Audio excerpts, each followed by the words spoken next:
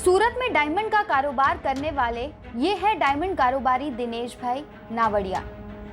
दिनेश भाई सूरत diamond association के president रह चुके हैं और James and jewellery export promotion council के रीजनल चेयरमैन के पद पर कार्यरत हैं। दिनेश भाई 1994 में सूरत में बैठकर देश और दुनिया के अलग अलग देशों में डायमंड का कारोबार करते हैं। कोरोना के चलते हुए लॉकडाउन की वजह से सूरत का डायमंड कारोबार भी ठप हो गया है, लेकिन जब सरकार ने अनलॉक 1 में उद्योग व्यापार शुरू करने की इजाजत दी तो सूरत का डायमंड कारोबार भी 50% वर्करों के साथ कोविड-19 के सरकारी नियमों के पालन के साथ शुरू हुआ था। मगर डायमंड फैक्ट्री शुरू होते ही यहां काम करने वाले वर्करों में कोरोना का संक्रमण तेजी से फैलने लगा। शहर की डायमंड फैक्ट्रियां फिर से बंद कर दी गई और जिन जिन इलाकों में कोरोना के केस सामने आए उन इलाकों में पुलिस माइक से फैक्ट्रियां बंद रखने की अपील करती नजर आ रही है। हीरा बजार ने सूरत महानगरपालिका तरफથી ક્લસ્ટર એરિયા જાહેર કરવામાં આવેલ છે, તેથી પોતપોતાની ઓફિસો બંધ કરી રવાના થઈ છે। कोविड-19 का जो केस बढ़ रहे हैं और ख़ास करके जो डायमंड वर्कर हैं, इन लोगों के अंदर पॉजिटिव जो केस आ रहे हैं उसके चिंता का माहौल फिर से बन गया है और सरकार ने फिर से ये निर्णय लिया कि 7 दिन के लिए हम लॉकडाउन करेंगे।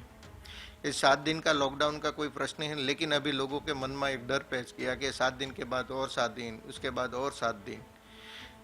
दोनों तरफ दोनों पल्लू के हम बात करें तो एक तरफ आरोग्य और लोगों के सुखाकारी का भी एक बहुत बड़ा प्रश्न है और रोजगारी का बहुत बड़ा प्रश्न है। लेकिन ऐसी सिचुएशन में सब लोग ऐसा मानना है कि भाई पहले जो जीवन रहेगा तो हम अपना कुछ भी कारोबार करके आगे की मंजिल हम काटेंगे।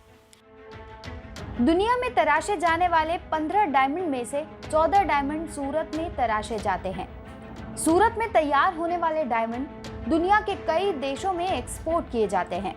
अब जिस तरह से चीन और भारत के बीच सरहद पर तनाव बढ़ रहा है, उसका असर सूरत के डायमंड उद्योग पर भी पड़ेगा, इसकी पूरी आशंका व्यक्त की जा रही है। दिनेश भाई की माने तो जो पॉलिश डायमंड इंपोर्ट करके बनाते हैं उसमें से 40% अमेरिका, 38% हांगकांग, 4% चीन, 18% यूरोपियन देशों का कंजम्पशन है। बाकी सब देशों में थोड़ा बहुत डायमंड एक्सपोर्ट किए जाते हैं। लॉकडाउन के बाद सबसे पहले हांगकांग के साथ डायमंड का कारोबार शुरू हुआ था, मगर इस तरह से चीन और भारत के बीच तनाव बढ़ा है, उससे नुकसान होगा क्योंकि सालाना $6 बिलियन कारोबार होता है।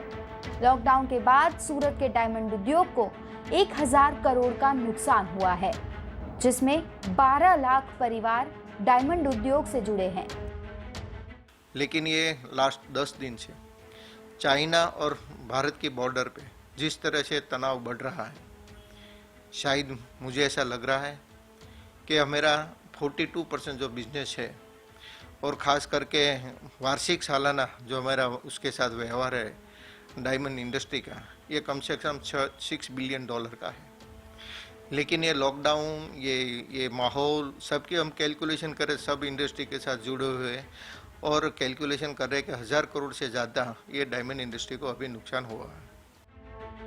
कोरोना की मार झेल रहे सूरत के डायमंड उद्योग की मुश्किलें चीन और भारत के बीच बिगड़ रहे रिश्तों की वजह से और बिगड़ जाएगी, इसमें कोई दो राय नहीं है, क्योंकि सूरत में तैयार होने वाले डायमंड बड़ी तादाद में हांगकांग एक्सपोर्ट किए जाते हैं, जहां चीन का दबदबा है।